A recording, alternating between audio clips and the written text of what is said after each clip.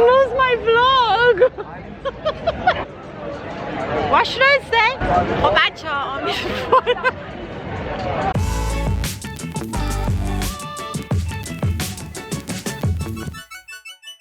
سلام بچه ها، به یکی دیگه از ولاگ‌های من خوش اومدین. برای اونایی که جدید هستن توی کانال من، به کانال من خوش اومدین. اسم من سنا هستش و امروز میخوام براتون ولاگ لندنگردی ضبط بکنم طبق خواسته خیلی از شما توی اینستاگرام که گفته بودید از لندن ولاگ تهیه بکنم. امروز اومدم براتون ولاگ رو ضبط بکنم. البته چون خیلیاتون خواسته بودید که از استریت فود و کافه های لندن براتون ولاگ بگیرم، منم اومدم که براتون از این قسمت از لندن، البته به نام کمدن تاون، اونجا که در واقع پر از استریت فود هستش، براتون ولاگ بگیرم.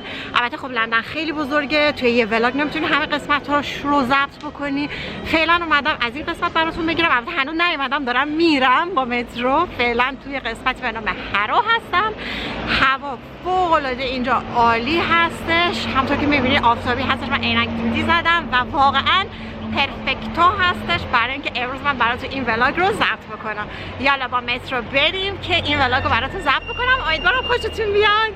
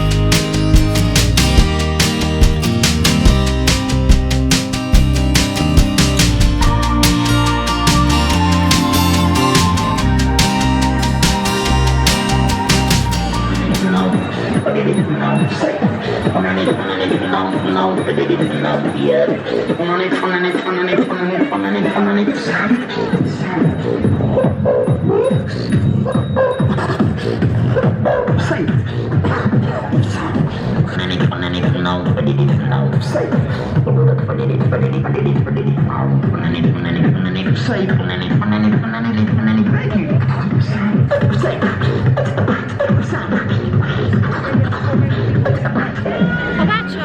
بالاخره رسیدیم به کمپتون تاون. همونجور ببینید خیلی شلوغه چون امروز روز یک شنبه هستش و میبینید که چقدر فود مارکت و استالای غذا هستش. خب دیگه من زیاد حرف نمیزنم، بریم که این دور و بر رو بهتون نشون بدم.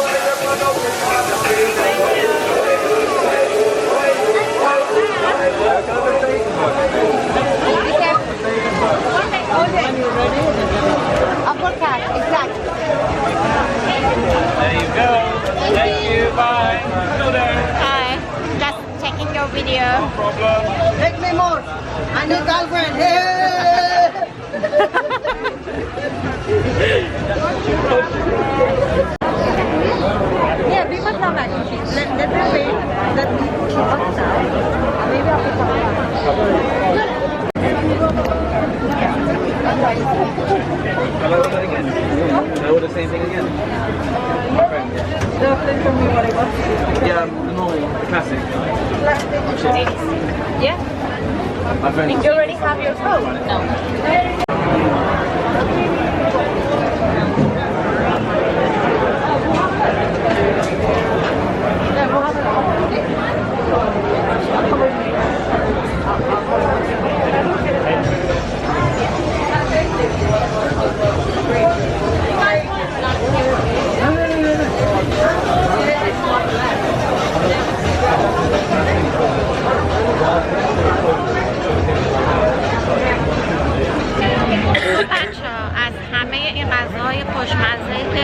دیدین من هیچ کدوم نخریدم امتحان کنم چون چاق میشم دیگه. من خیلی زحمت کشیدم وزنمو بیارم پایین. بهتر از همه اینه که الان یه دونه کاپ کافی سفارش بدم و کیف کنم با این منظره.